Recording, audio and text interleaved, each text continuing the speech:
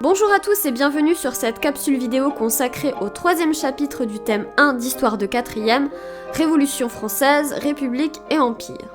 Nous allons ici parler de la fin de la monarchie en France. Pour rappel, en 1789, Louis XVI est à la tête du royaume de France. La société d'ordre se compose du clergé et de la noblesse, privilégiée, et du tiers-état.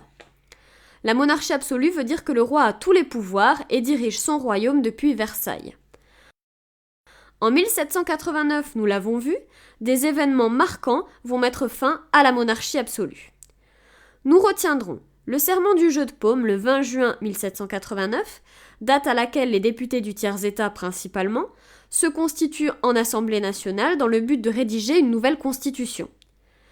Le 14 juillet 1789, prise de la Bastille, qui est aujourd'hui la fête nationale, et le 26 août 1789, date à laquelle la Déclaration des droits de l'homme et du citoyen est rédigée, elle complète l'abolition des privilèges et déclare les hommes citoyens, libres et égaux. Nous avons donc une monarchie qui n'est plus absolue, mais le roi participe toujours aux décisions. Le 21 juin 1791, le roi est arrêté à Varennes avec sa famille.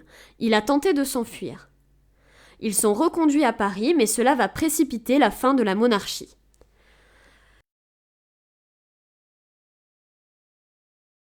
Quel lâche. Nous laisser comme ça. C'est honteux. Plutôt mourir que de souffrir l'invasion par des troupes étrangères. Vive les patriotes! Fidélité à l'Assemblée! Fidélité aux députés! Fidélité à l'Assemblée! Je jure fidélité à l'Assemblée nationale. Les sans-culottes, les révolutionnaires les plus radicaux, vont prendre le palais des Tuileries le 10 août 1792.